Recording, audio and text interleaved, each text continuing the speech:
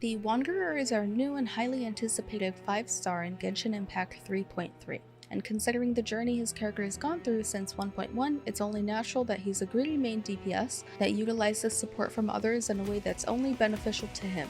In this video we'll be going over the best artifacts, weapons, playstyles, and more for our former Harbinger.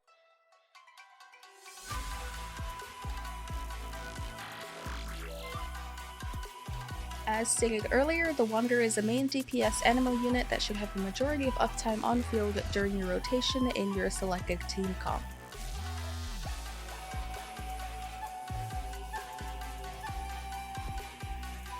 The Wanderer's elemental skill, Haniga, Song of the Wind, allows the Wanderer to break free from the shackles of the earth and launch upwards into the air and enter his wind-favored state, in which he will hover through the air persistently according to the stamina bar on his right that consumes Kugo Ryoku points while he is in the air. However, he will be unable to execute plunged attacks.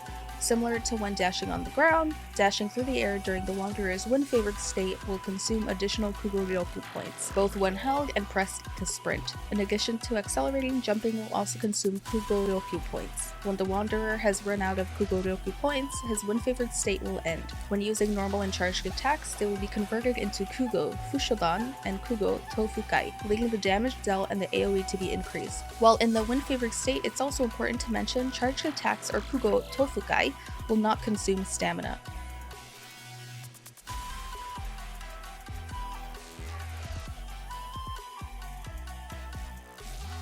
The Wanderer's Elemental Burst, Kyogen, 5 ceremonial plays, deals 5 instances of Anemo AoE damage by compressing the atmosphere into a singular vacuum. Upon using his burst, the Wanderer's wind-favored state ends, meaning it'll be more efficient to use his skill and then his burst, nearing the end of the duration of his wind-favored state, as you won't be able to front-load damage due to this mechanic.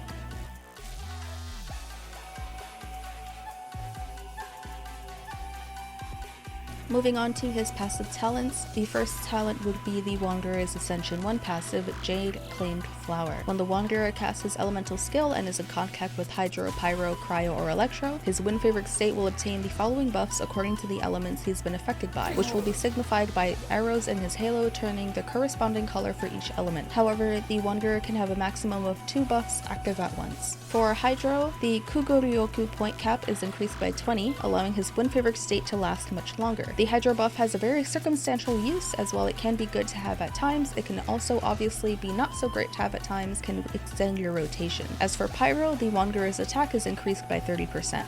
The Wanderer doesn't have much synergy with Pyro characters, and because quite a few Pyro characters like Bennett already supply attack buffs or rely on you having other Pyro characters on the team, as well as other external attack buffs the Wanderer could receive like Noblesse Oblige on a support unit or Thrilling Tales on another Catalyst user, the value of the Pyro infusion buff would be lowered.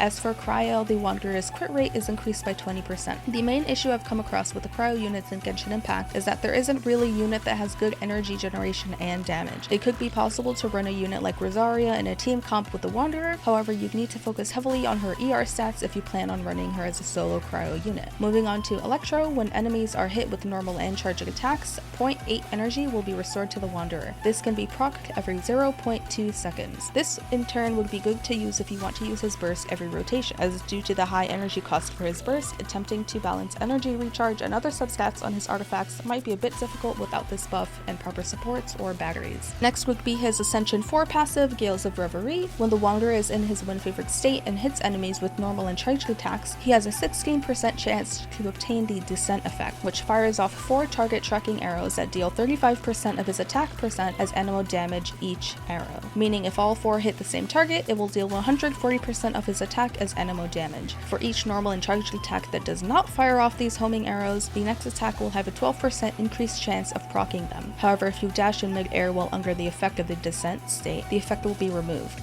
The calculation of the arrow's proccing occurs every 0.1 seconds. My suggestion for his talent priority would be his normal attack, elemental skill, and then his elemental burst.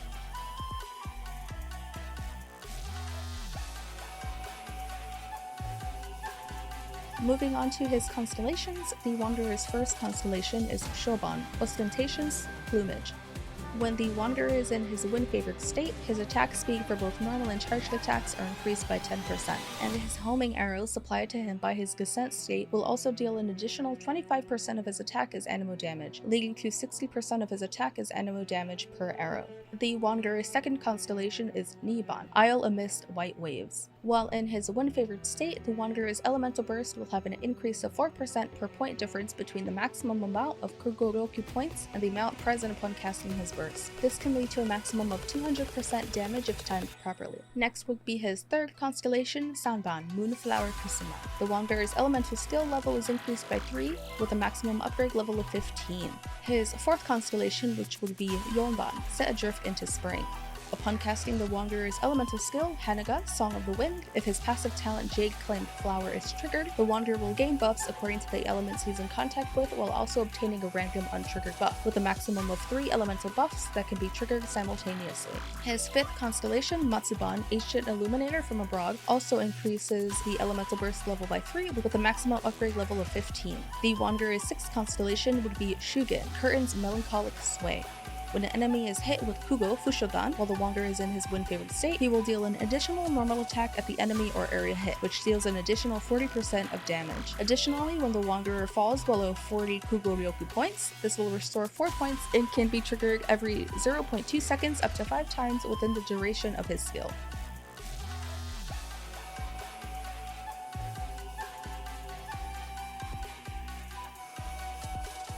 Next would be artifacts, and starting with 4-piece sets, the Wanderer's best in slot artifact set is very clearly one of the two that debuted along with him, the Desert Pavilion Chronicle set. The 2-piece passive of Anemo damage bonus of 15%, and the 4-piece passive increasing the normal attack speed by 10% when a charged attack hits enemies, while also increasing normal charge and plunge damage by 40% for 15 seconds makes this the perfect set for the Wanderer. Second on the list would be Viridescent Venerer, which would be perfect to run if the Wanderer is your only Anemo unit in a team comp. However, he doesn't benefit from scroll damage quite as much as other Anemo characters like Kazuha, Heizo, and Sucrose. Next would be Shimenawa's Reminiscence, which would be fine to run if you already have a good 4-piece set for the Wanderer and aren't in the mood to farm a new domain. Moving on to 2-piece set, a 2-piece Viridescent and 2-piece Shimenawas, which again would be fine to run if you have good 2 pieces for both sets but don't have enough pieces to make a 4-piece set of either. As for artifact stats, as usual, you'd want an attack sands, Anemo damage goblet, and a crit circlet. As for substat priority, you want to focus on crit rate, crit damage, attack percent, and ER.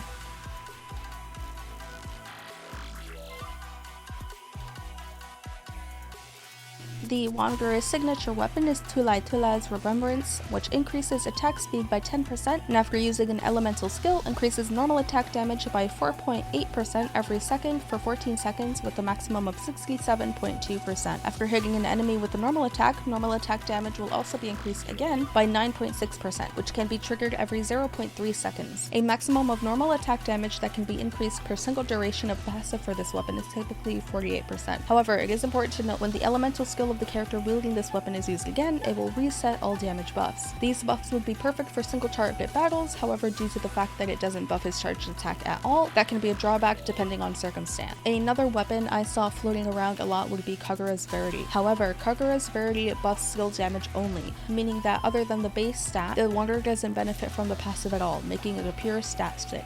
Number 3 would be the Memory of Dust. The Memory of Dust doesn't have much flexibility, but if running the Wanderer with a character who supplies a shield and can maintain it for a reasonable enough length of time, then the passive would be good to pair with the desire for interruption resistance on the Wanderer. Definitely not a weapon to actively pull for, as it's not a weapon that can be utilized by most Catalyst users, but if you have it, feel free to use it.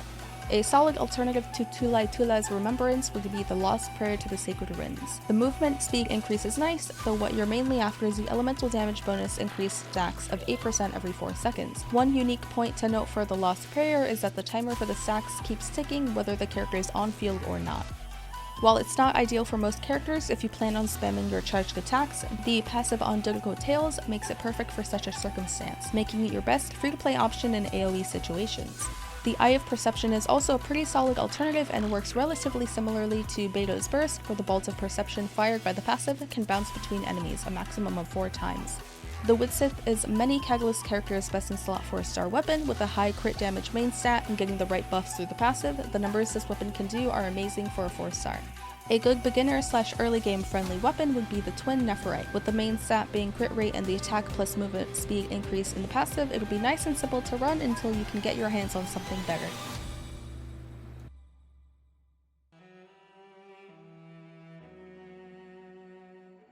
Because the Wanderer doesn't have a specific reaction his kit is meant for, he's simply a character that's meant to do damage, and similar to his namesake, he's extremely free in the team comps and situations he can be run in. Because of this, there are a number of teams you can run him in, so feel free to mix and match from any of the suggested units in the next few minutes.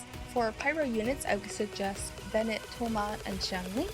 For Cryo units, I would suggest Layla, Rosaria, Diona, and a support Ganyu. For Anemo units, I'd suggest Farazan, Jean, and Venti, who would be good for AoEs. Onto Electro units, I'd suggest Fischl and Beidou. For Hydro units, I'd suggest Xingqiu, Yelan, and Kokomi. And for Geo units, I would suggest Yunjin and Zhongli.